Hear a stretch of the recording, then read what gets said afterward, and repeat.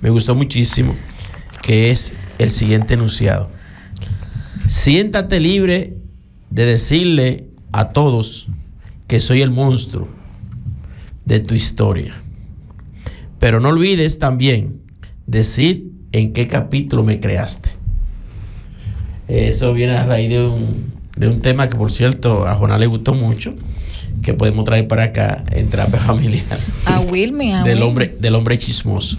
Pero el tema de hoy con Giancarlos en el área de otorrinolaringología es el pesquisaje auditivo del neonatal. Correcto. O del niño recién nacido. Bien, doctor, la importancia de un pesquisaje, ¿verdad? ¿Qué es eso primero? Vamos a preguntarle qué es eso. Ok. Buenos días otra vez. Suena como a pescar, ¿verdad?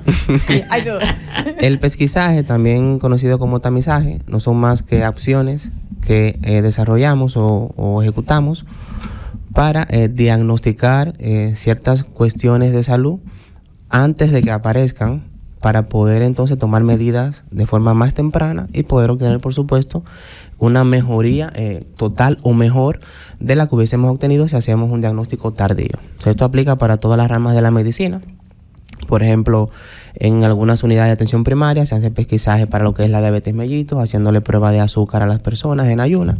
En este caso, estamos llevando este concepto a lo que es el tema auditivo, pesquisaje auditivo neonatal, o detectar de forma temprana problemas en la audición para poder corregirlos y evitar las complicaciones que puedan surgir de dicha enfermedad. Entonces, ¿cuál es la importancia de esto? Si bien el oído en su conjunto tiene muchas funciones, la función primordial lo es la audición, o sea, oír.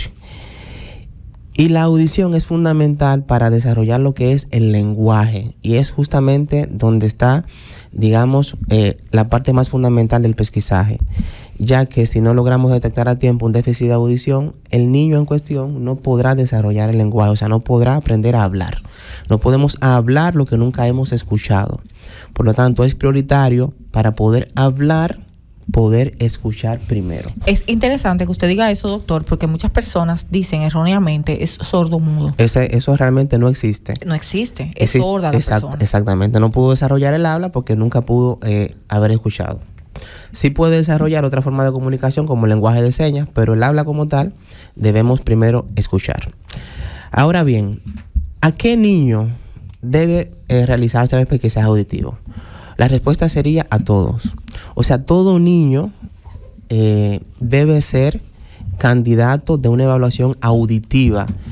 La literatura establece que esta evaluación auditiva debe hacerse a los 15 días, aunque también otras manejan que al menos a los 3 meses. O sea, máximo a los 3 meses de edad ya el niño tiene que ser visto por un otorrino y habérsele hecho unas pruebas para evaluar si el niño tiene integridad del aparato auditivo y si oye. Estas pruebas que se realizan son 3 pruebas específicas. La primera de ellas, que es la prueba de oro, se llama otoemisiones acústicas. Son pruebas totalmente indoloras. Se le pone un aparatito al niño en el oído que él hace todo el trabajo. Esta primera prueba lo que determina es si anatómicamente las estructuras que participan en el mecanismo de la audición están presentes. O sea, si se desarrollaron a nivel de embrionario y por lo tanto están presentes cuando el niño nace. Okay. Esta primera prueba, que comúnmente decimos pasa o no pasa, si el niño la pasa y no hay factores de riesgo, que vamos a hablar de eso ahora, es un niño que podemos decir que no debe tener problema de audición. Y fíjese que no digo que no tiene, sino que no debe tener problema de audición, porque la prueba en sí no me dice si el niño escucha o no. Simplemente me dice si los mecanismos anatómicos de la audición están presentes al momento del nacimiento. Debe realizarse a los 15 días o máximo a los 3 meses después del niño haber nacido. ¿A quiénes? La respuesta, vuelvo y reitero, sería a todos. Pero los programas de audición priorizan a los niños que tienen factores de riesgo. ¿Cuáles son los factores de riesgo? Estos factores de riesgo se pueden dividir en prenatales, perinatales y postnatales. Prenatales, cuando el niño está todavía en el vientre materno, o sea, son cuestiones de la madre, pero que van a afectar secundariamente al niño o al producto de la concepción que se viene formando. Si durante el embarazo la mamá tuvo algún tipo de afección, cual sea, diabetes mellitus, hipertensión arterial, entiéndase preeclampsia, eclampsia, infecciones vaginales, infecciones urinarias, si tuvo algún trauma, si tomó alcohol, si fumó, si tomó medicamentos que puedan resultar con efectos nocivos para el niño que está en desarrollo en el vientre materno. Si se hizo una captación tardía, o sea, se descubrió que la mamá está embarazada de forma tardía y no pudo haber tomado inicialmente el ácido fólico y todas las medidas que se tienen en una planificación familiar, ya ahí hay un factor de riesgo. O sea, esos serían factores de riesgo prenatales, antes de que el niño nazca, concernientes a enfermedades maternas. Giancarlo, y dentro de esos perinatales, previo, ¿verdad? Prenatales. Escuchar música con alto nivel de decibeles. No está descrito en este caso como daño al niño que viene en camino, pero sí a la mamá. Sí, porque la contaminación auditiva o acústica es un problema ya bien definido que causa daño auditivo de forma permanente, incluso pudiendo llegar a la sordera. Pero en este caso, para el niño que viene en el vientre materno, bueno, no sería directamente un factor de riesgo, pero sí para la madre. Entonces, esos serían los factores de riesgo prenatales fundamentales. Perinatales, es decir, el momento del nacimiento. Si fue cesárea, si el parto fue instrumentado, si el niño viene con una circular en el cuello, si hay signos o hubo signos de hipoxia neonatal, si el niño al momento del parto se cae, si hay aspiración de meconio, si el niño hace una infección al momento de nacer, esta llamada neumonía. Bien de meconio, que como dicen la gente popularmente, se hace caca. Exactamente, que se hace caca intraútero. Y el cordón es la circular, el cordón umbilical que se envuelve el cuello. Exactamente. A mis hijas se le tuvieron que hacer pesquisajes auditivos, a una por circulares del cordón, que la tenían muy ajustadas, la grande, y a la pequeña porque yo tuve una condición de salud que me medicaron bastante y el médico tenía temor de que una de los medicamentos para que yo pudiera preservar mi vida y la de la bebé le hubiese hecho daño en el desarrollo auditivo y incluso me dijo oftalmológico de la bebé. Así es, ahí hubo entonces un factor de riesgo prenatal y seguro fue algún aminoglucósido, amicacina, gentamicina, que son los antibióticos con efecto de todo, porque yo hice una neumonía. Así es. Entonces, esas serían las causas perinatales ahí durante el parto, ya sea natural o por vía cesárea.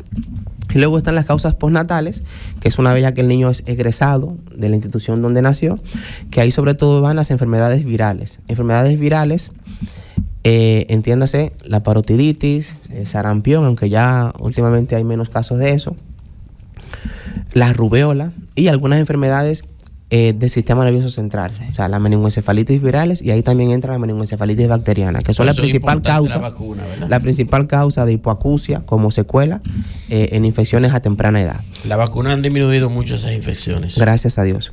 Entonces, el niño que nace, que tiene algún factor de riesgo, ya sea peri o postnatal, es candidato sí o sí a esta primera prueba que ya expliqué, que es la autoemisión acústica, que debe hacerse a los 15 días de nacido o máximo hasta los 3 meses de edad. Cuando le hacemos esta prueba al niño, que es para valorar la integridad del sistema auditivo, del aparato auditivo, y la prueba da normal, pero como el niño tiene factores de riesgo, obligatoriamente hay que hacerle una segunda prueba que se llama potencial evocado auditivo, que es la prueba definitiva para decir si el niño escucha o no. Aquí sí no hay término medio. Esta prueba me dice si el niño oye o no oye.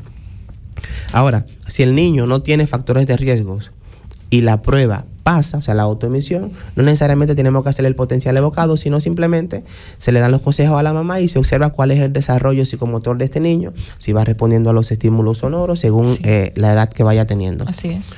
Si en algún momento vemos algún trastorno en el niño que nos pueda sugerir que no está escuchando, bueno, pues sí se le realiza el potencial evocado auditivo. Y eso de introducirle hisopo a los niños, que siempre lo usan mucho. No, doctor, ya yo creo que eso aquí está más que claro. En este eso programa los miércoles somos enemigos de los hisopos. Los oídos no se deben limpiar, y menos, o sea, con nada, ni con hisopo, ni con pincho, con nada. Los cotonetes, los hisopos, están llamados para retirar externamente pequeñas partículas que puedan ir, por ejemplo, en el pabellón auricular, en el ojo por fuera, o sea, cuando usted le ve una pajita al niño que con la mano usted no se la puede retirar, para eso es que están dados los cotonetes. Los cotonetes también son para el maquillaje, para arreglarse, no para limpiarse los oídos. Correcto. Es una práctica horrible. Así es.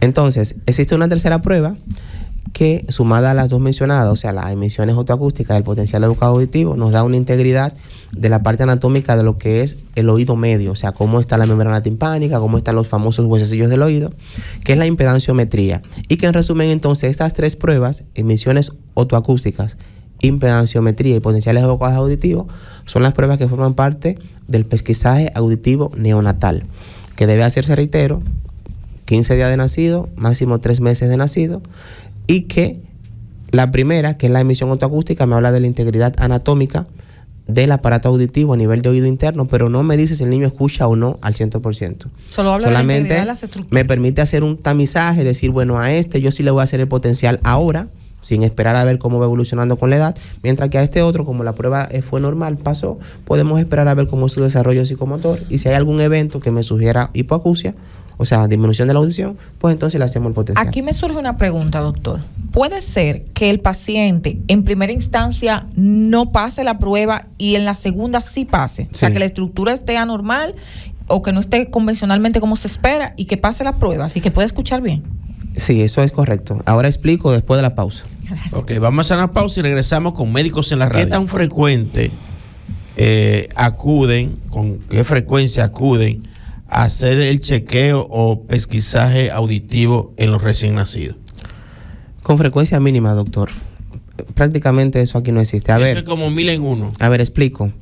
El país no tenía una ley que, digamos, regulara el tema del pesquisaje auditivo neonatal de forma obligatoria, o por lo menos como un programa de Estado. Que debería. Hasta el año pasado en el Congreso se estuvo debatiendo eso. Ya hay un proyecto de ley, pero todavía no ha sido del todo aprobado. Tenga vetado el Congreso. La última vez que leí del tema.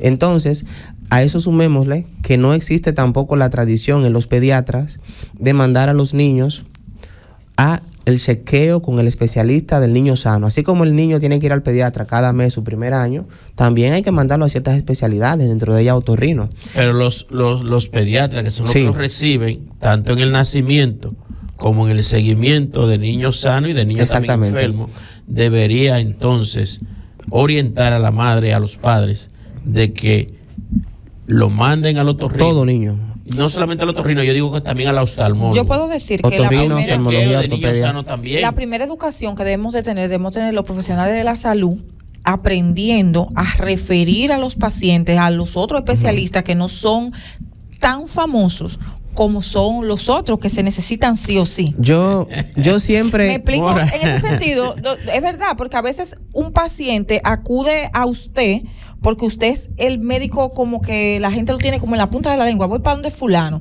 pero no decirle, mira, tú tienes que ir donde este doctor que es otorrino, que es el doctor que ve el oído. Así es. El del doctor de la garganta, para que la gente tenga como esa conciencia, porque a veces uno llega hasta un punto. Yo siempre digo que lo más grande que yo tengo es decir, yo llego hasta aquí.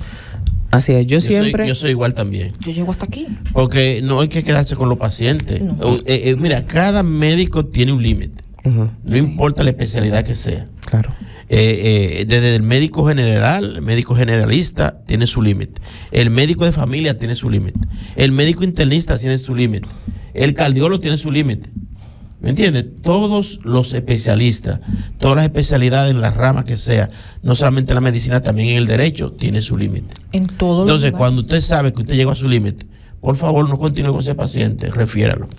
Pero es que, doctor, yo siempre tengo que mencionar el sitio donde yo vengo como formado. Cuba. En Cuba, al año, cuando el niño llega al año, ya ese niño pasó por nutrición, por ortopedia, por oftalmología, por otorrino y por genética, además de las consultas con su pediatra cada mes. Que eso es lo que se llama la puericultura, que es una cuestión que aquí no es que no se sabe, es que no se practica porque el dominicano es muy dejado. Y también hay que decir que los padres llevan al niño nada más cuando está enfermo, al pediatra, esa es la otra. Hay pediatras que ven el niño al nacimiento y lo vuelven a ver a los 8 meses porque hizo una neumonía. O sea, también ahí el pediatra está un poco limitado de decirle, mira, llévame a este niño a que lo vea el oftalmólogo o el otorrino. Entonces, la pregunta que usted hacía, doctora, de que si la prueba, esta primera prueba, que es la emisión otoacústica, puede dar negativa, o sea, o no pasar, y luego dar positiva, sí. Recordemos que el niño, o sea, cuando está intraútero, él está en un líquido, que es líquido amniótico, y también tiene una especie de grasita que lo recubre. Sí. y unos vellitos, que también eso puede tapar el conducto auditivo externo y esto interferir, o sea, quedar restos en el conducto y esto interferir con la dinámica de la prueba. Pero siempre estos casos, o sea, el médico que está evaluando tiene que ser perspicaz en eso y se da cuenta de que el oído está tapadito, entonces por eso lo volvemos a repetir a los 3 meses, si se le hizo a los 15 días. Y digamos, si ya hay, como quiera hay factor de riesgo, como quiera habría que repetírselo. Así que si puede ser primero que no pase y después que pase.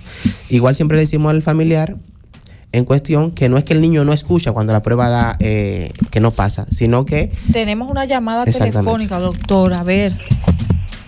Hola. Buenos días, Médicos en la Radio. Buen día. ¿Desde dónde nos llama y con quién? Sí, le estoy hablando de Vicente Noble.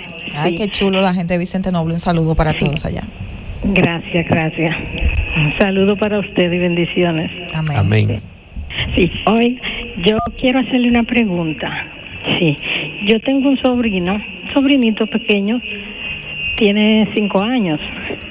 Él nació con un problemita que como que le dio pequeñito como ataquecito. El médico la refirió para un neurólogo pediátrico. Yo lo llevé a la capital, el niño, sí. Pero el niño, él escucha, pero él no habla todavía y tiene 5 años. Entonces, yo le quiero hacer la pregunta, si usted prefiere que el niño se lleve a un médico del oftalmólogo, otorrinolaringólogo. Otorrinolaringólogo. Sí, pero el médico de la capital, el neurólogo pediátrico que yo lo llevé, me dijo que el niño va a hablar después, que vas a hablar. Entonces su mamá, porque el niño es sobrino mío, él le dice que lo lleve a una escuelita o algo, a ver, pero por lo menos yo pienso que aunque lo lleven a escuelita, yo no veo esa posibilidad por ahora, sí. Entonces eso me preocupa. Muchísimas gracias por la llamada, gracias.